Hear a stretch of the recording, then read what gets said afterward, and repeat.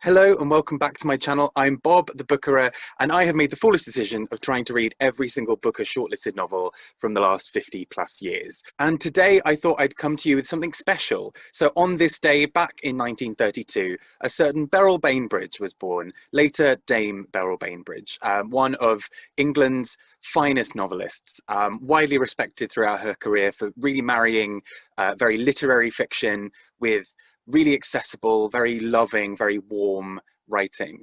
And she has a specific and special significance to the Booker Prize.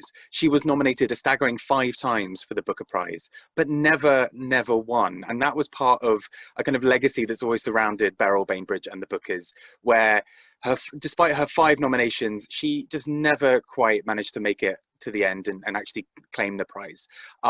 There are a couple of novels personally that I think could have taken it and probably should have. And I'll talk a little bit more about what actually all of those were. But let's go through those 5 books that Beryl Bainbridge was shortlisted for across her staggering career.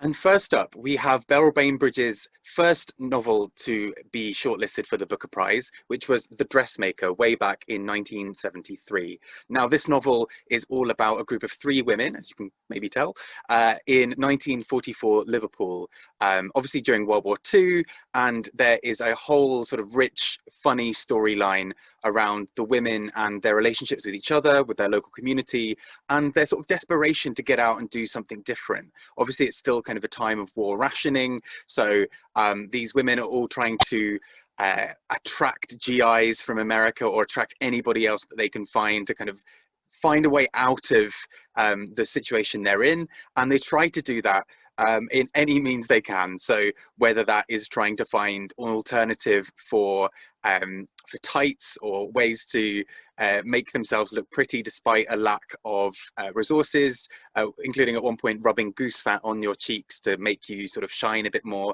All of these kind of madcap adventures that go through with these women. But then it suddenly takes a really dark turn. And I think this is something that I found reading all 5 of Beryl's 5 shortlisted books, is that there's such a fun humor and sort of sense of voice that comes through, and I'll probably talk a bit about that later. But The Dressmaker I really heartily enjoyed.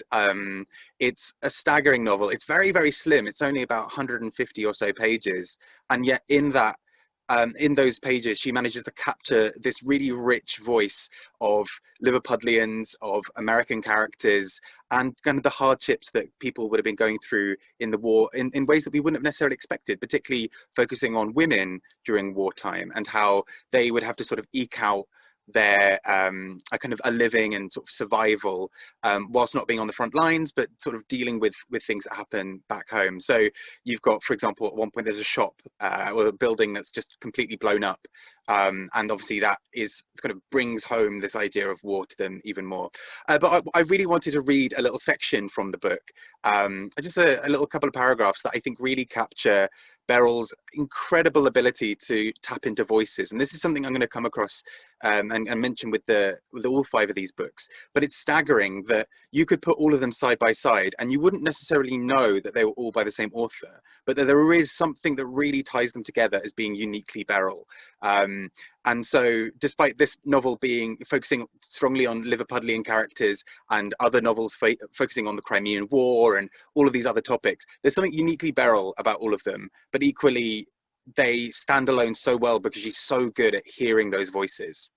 And so the section I really wanted to read, I think, shows just how good Beryl is at capturing those voices and at finding the humor and warmth in so many people.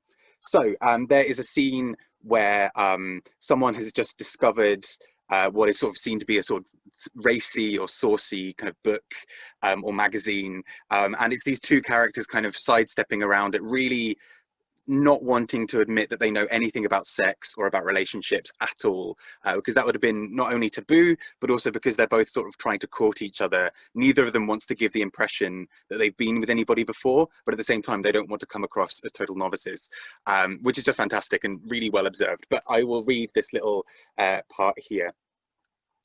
She felt he was criticizing her, blaming her alongside Auntie Margot. I only read a bit of it, she said defensively. I don't know where she got it from. She didn't look to me like a woman who would read them sort of books. Oh, she's deep, is Auntie Margot. She was married once to a soldier, but he died from the gas in France. Um, I know that seems like a really random passage. In the context of the book, that makes a lot more sense. But I just love her wonderful asides that you've got these two characters kind of duking it out.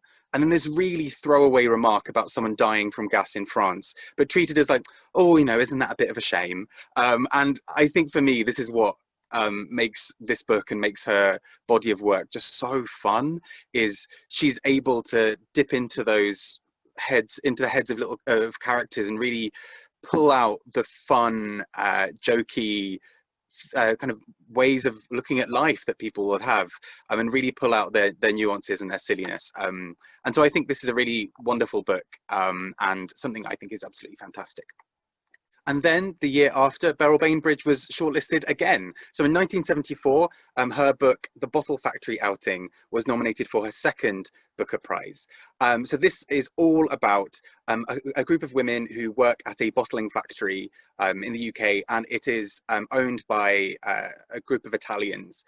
And the women throughout the book keep on trying to start relationships, I think is probably a very, you know, democratic and diplomatic way of putting it, with these characters. They really try to get with these men, and you know that you've got one character who's constantly trying to push her luck with this man. She is constantly trying to show him that she's involved, but again, kind of similar to the dressmaker, is trying to be quite coy about it and doesn't want to give too much away and sort of risk being seen as easy or as loose in some way. But then at the same time, you've got another character who is having almost the opposite, where she is really trying to spurn the advances of this man, and yet this seems to keep on happening. Then suddenly, almost out of nowhere, the book takes a very, very dark turn, and there is a death. And it is a really quite tragic and quite surprising death. And I think what is so fascinating about this is just how well Beryl is able to get that that part of the plot in without it feeling tacked on, but with it also coming as a shock. So you don't see it coming. And then the rest of the book is all about these characters trying to either hide the body or come to terms with what it is that they're doing and what it is that they've done. And it suddenly takes this really different pace. And I remember starting the novel and looking at the front page, and it talks about how it is an outrageously funny and horrifying story, just on the cover. And I was really confused about that, because about 100 pages in, I was thinking, no, I mean, this is quite light and quite happy and lovely. And then suddenly this death happens. And I don't want to spoil too much, in case you read it, but it really, for me, came out of nowhere, and it's quite violent and brutal. And the characters' reactions to trying to hide the body are equally so. There's no concept of them going to the police and trying to get it sorted out. Instead, nope, it's we're going to try and hide her in a whiskey barrel. It just takes very, very strange turns. And again, I think for me, that is peak Beryl Bainbridge from what I've read of her so far. She has this amazing knack to really talk about the mundane aspects of life. So, you know, these two kind of characters who are somewhat average, and they have these grand dreams, but it seems like they're never going to come to pass. And even their grand dreams seem quite tame. And then I think what's so fun and amazing about that is suddenly, out of nowhere, you just get this bizarre set of circumstances happen to very, very ordinary characters, and then suddenly the whole novel takes on a completely different tone. I think it's fantastic. For me, this is one of the best that I've read of hers so far. So yeah, that's The Bottle Factory outing even. And yeah, this was her second Booker Prize nomination. And so obviously, you know, people started thinking, wow, you know, she's got a real chance of this happening one day. And then again, she did not win. And then now her third shortlisted novel, An Awfully Big Adventure, which was shortlisted for the prize in 1990. And by this point, people were kind of thinking, oh, you know, Beryl Bainbridge is now quite an established author. This is her third nomination. Surely she can, you know, make it to the prize, finally win. Alas, it did not happen that year. And so there started to become a bit of a joke, really, about Beryl Bainbridge being always the bridesmaid, which, you know, seems unfair. And Beryl seemed to take it in in kind of quite good humor. There are a few interviews where she's spoken about how she just enjoyed going to the prizes and thought, you know, she'd just have a nice little evening, have a nice little dinner with the other winners, the other shortlisted novelists, and just really enjoy being part of it and enjoy having her work celebrated. However, again, it wasn't to be. An Awfully Big Adventure is a story of a group of actors putting together a play based on Peter Pan. All of these characters all come together in these various interpersonal dramas and long-standing grudges and objections to each other, and, you know, affairs and everybody falling in love and out of love with each other. And I think it's a really cleverly observed cast of characters, because despite having so many people, all of them felt incredibly rounded to me and felt really, I could hear their voices. All of them had very unique and distinct voices throughout the novel. It gets, again, very dark because it's Beryl Bainbridge. And so you've got this real, like, cutting humor and these dark themes really interacting with, you know, we've got characters sort of wanting each other dead at times, or having these really petty squabbles with each other. You've got a kind of claim of incest towards the end. It takes so many very weird turns. But at the same time, in the backdrop, there's this play that all of them are trying to put on. And again, I think this is where Beryl Bainbridge is just genius, because I think she saw the wisdom in picking a cast of characters who are that eclectic and eccentric as a group of amateur dramatic actors. Because as a result, you've got all of this really petty squabbling, but you've got all of these inflated egos with all of these characters thinking, oh, you know, I was in this giant play once, or I knew this big actor. And I think, again, that's what's just so funny about Beryl, is her incredible ability to find the most mundane character, give them a lofty a sense of self-importance, and then shoot them down. And it's amazing because you can see it, other characters can see it, but the character themselves either chooses not to see it or is completely oblivious. And I think that's what's so funny about An Awfully Big Adventure. It's, for me, one of the finest books I've read so far when reading the Booker shortlists. I think it's so well observed. The twists in the plot are just come from absolutely nowhere, it seems, but actually as soon as they happen, make total sense. And I think it's just it's a real testament to just how strong and clever an author she is. I feel like she almost writes with her ear. I know that sounds like a really stupid metaphor, but she is able to hear all of these characters so individually, and it's beautiful. I think it's really powerful. It ends on such a dark tone, and such a twist at the end. But I think it's wonderful. So fast forwarding to 1996, we come to Beryl's fourth shortlisted novel for the Booker Prize, which was Every Man for Himself, which is all about a group of characters on board the Titanic. And obviously we know how that story goes, but what's actually, I think, quite interesting is this book was published in 1996, which actually, as I was reading it, I suddenly thought that would have preceded the big film.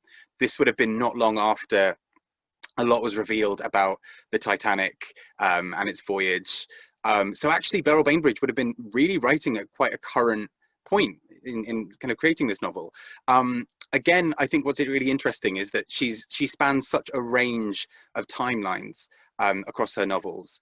And although they don't seem that disparate, you know, going from the Crimean War that we'll see with the next novel, to the Titanic, to 1960s, to 1944 Liverpool, there is this really interesting range of timelines and characters.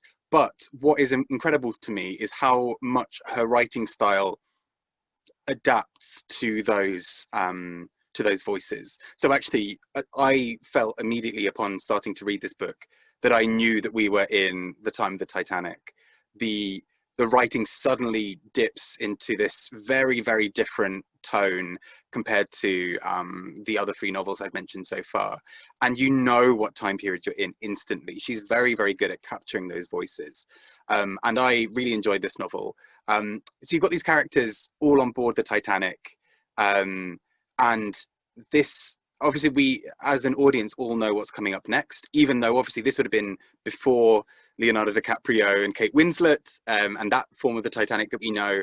And so what's really interesting is she really delves into the history and lives of these characters, but equally there's so much tension between them on board, so that when the boat does sink, spoiler alert, when the boat does sink, we suddenly have an idea of how minuscule some of these tensions feel like they really matter.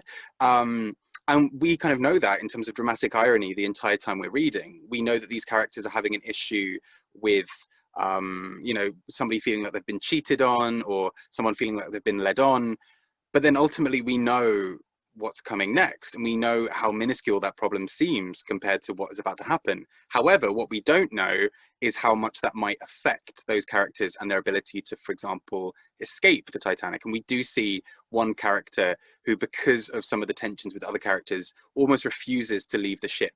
And that causes, obviously, many other issues, as we all know. But I think what's so powerful about it is she's clearly done her research and knows a lot about the topic, but doesn't really dwell on it. The word Titanic, or the name Titanic, comes up, I think, once or maybe twice.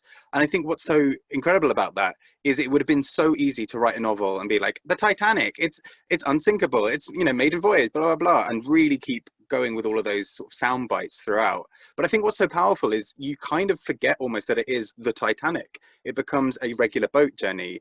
And that's how it would have been for the characters. They would not have known that it would obviously be the ship that it was, and that it would sink. Otherwise, presumably, none of them would have got on board. And I think that's what's so powerful about this novel, is her ability to make the characters seem completely at home in this environment and act in a really natural way. Despite us as the audience knowing exactly what's going to happen. I thought it was really, really lovely. Again, really powerful. And I just think she's got an amazing sense of voice and of focus. And finally, on to Beryl Bainbridge's final shortlisted novel for the Booker Prize, which was Master Georgie. Now, this novel, as I mentioned earlier, is all about the time of the Crimean War. And you've got this group of characters who are really trying to make sense of everything that's going on around them. And they all sort of circle around this character of Master Georgie. So he himself has these two characters who sort of dote on him. It's also a bit of an undertone that it's sort of maybe Master Georgie is gay, but then it's kind of only half noticed by any character, which again I think is really powerful, because characters probably wouldn't have wanted to talk about it. You know, they speak a lot about, oh, he doesn't really like the companionship of women. It's spoken about in these really shrouded terms. And I think that's really accurate for that time. Again, like with Every Man for Himself, the narrative almost immediately, you know, the time period you're in. It feels so different from The Dressmaker or The Bottle Factory Outing or An Awfully Big Adventure, all of which have very strong working class voices from the 40s or the 60s or the 80s, and you can sense where those characters are almost immediately. I kind of feel like if you tested this blind and you were just given a page, you would be able to tell roughly the time period that we're in for each of these novels. Now, these characters go through a set of challenges in trying to get to Constantinople, as it was then, for the Crimean War. And it brings up all of these questions about, why is war worth fighting? Who are you fighting for? What's the purpose? You get these really disturbing and graphic descriptions in some cases of war and of the brutality of it, but they're really beautifully rendered. I think, again, it never really feels like it stoops into being overly sentimental or into cliches. It feels very well handled, and I think that's what's really powerful about this novel. There's a section from right towards the end of the novel that I just thought was really beautiful in describing how powerful Beryl's voice is in her writing, but also how different this novel is from the kind of jokey, silly power of the mundane for some of the characters in some of her earlier work. So you've got a character who has just been attacked and sort of shot at and kind of, you know, in the midst of war. And you just get these descriptions like this. The carnage was horrid. Men died posed like the statues in Mr. Blundell's glass house. I saw a horse crumpled on its chest, its rider with his arm held up as though he breasted a river. I saw two men on their knees facing one another, propped up by the patacake thrust of their hands. On the wall, stuck to the steps of a ladder, a grenadier clutched at the steel that pinned him like a butterfly. incredible. You know, she is able to capture that brutality of war in such a beautiful and poignant way, but at the same time be an author who can really catch the voices of two bickering women in the 1940s who are really upset about their future, or about wanting to ensnare a GI. It's brilliant, and I think she's such a comic force, but also such a great writer of really poetic and fluid prose. And I think that's what makes her so special on this, her birthday, or what would have been. And so, as I mentioned, Beryl Bainbridge was shortlisted for the Booker Prize 5 times and never won.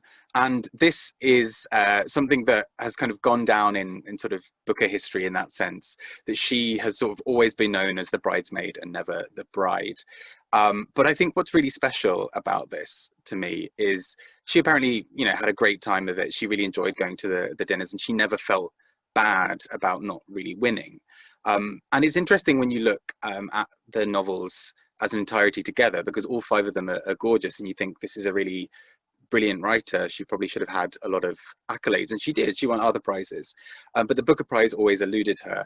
And so a few years back, the Booker Prize group decided to hold their own Booker Prize just for Beryl, where they put her 5 shortlisted novels against each other, and it was Master Georgie that came up on top as being seen as the best Beryl Booker shortlisted novel. And what was really sweet, I thought, about it as well, was that they actually said that it counts as an official Booker Prize, which I think is a really great way of recognizing her contribution to literature, of her force and power as a writer, and that she was overlooked so many times for the prize. I sort of have my own opinions, I think, on why she was overlooked. Part of me personally feels that the Booker Prize often wants a real book of that moment, a book that speaks to that time, that almost couldn't have been written at any other time. And with the exception of Every Man for Himself, in 1996, kind of coming soon after a lot more information was coming out about the Titanic, none of the rest of her novels really belong to a specific time, in that, you know, you can't say, for example, in 1973, this was the type of novel that really defined that generation or that time, because she was almost always writing about different times. And so I think maybe that kind of counted against her, perhaps, in terms of the prize. And I also think it's interesting because Beryl Bainbridge is a very powerful and very insightful writer, but none of these books kind of come out as big books of ideas or these big defining moment novels. And I don't mean that as an insult to her. I think they are incredible books. I just think that none of them really feel like they have that zeitgeist behind them, or that sort of specificity to a time, which perhaps counted against her. And, you know, the Booker Prize will often award books that really seem to have a voice for that time, or seem to be experimental in some form. And Beryl Bainbridge was not necessarily that, but I think was just a very high quality writer. She kind of, you know, she, with her 5 nominations, that's the second highest that you ever have seen in the Booker Prize history. You know, Margaret Atwood and Iris Murdoch both have 6 nominations, but both of them have their wins. And so Beryl was kind of the poor one who never seemed to win, although she was always in good spirits about it. However, this status as the bridesmaid of the Booker Prize actually counted against her on one occasion. Her final novel, published in her lifetime, according to Queeney, was a novel that the Booker Prize judges in 2001 widely adored. However, they chose not to longlist it, because they knew that as soon as they longlisted it, they would have to shortlist it. And that as soon as they shortlisted it, they would have to make it the winner, or be seen as cruelly depriving Beryl Bainbridge of a win on her 6th nomination. And so the judges actually decided not to longlist the novel at all.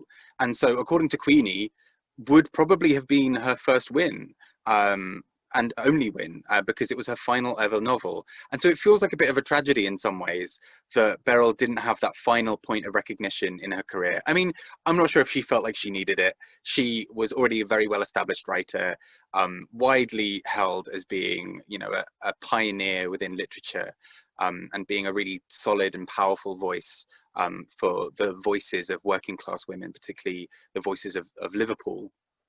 And so she perhaps didn't need it, but part of me does, it can't help but feel that, you know, it's a bit of a tragedy that we never got to see Beryl Bainbridge have her final moment of glory. However, you know, her work has remained and endured. Many people are still picking up and enjoying her work, and I really encourage you to do the same. I think she's got a lot to say, and I think she does it incredibly well. I know that for me as a writer, I find her writing really inspiring, just in the way that she is able to capture those voices and that they never feel over the top or unreal. And so that has been my deep dive into a true icon of literature and of the Booker Prize, Beryl Bainbridge, shortlisted 5 times, almost 6, and her incredible, powerful work. I really encourage you to check out her literature and really go through her back catalogue. It's a beautiful set of books, and they're all very short, so that's also good for dipping in. I've been Bob the Bookerer, and I'm looking forward to doing a few more of these sort of spotlights on certain icons of the Booker Prize. There are a good few who have had many, many nominations, who have really established themselves within literature more widely. And I think the Booker Prize for some of them has been a real lift to their careers, and a real focus of attention about the incredible quality of their work. And Beryl is no exception to that. So please do check her out, and please do let me know your thoughts. Any other books of Beryl's that I should check out? And any other people you would like to see me cover next in terms of Booker Prize icons. Thank you very much. I've been Bob the Bookerer. Take care and enjoy your reading. Thank you.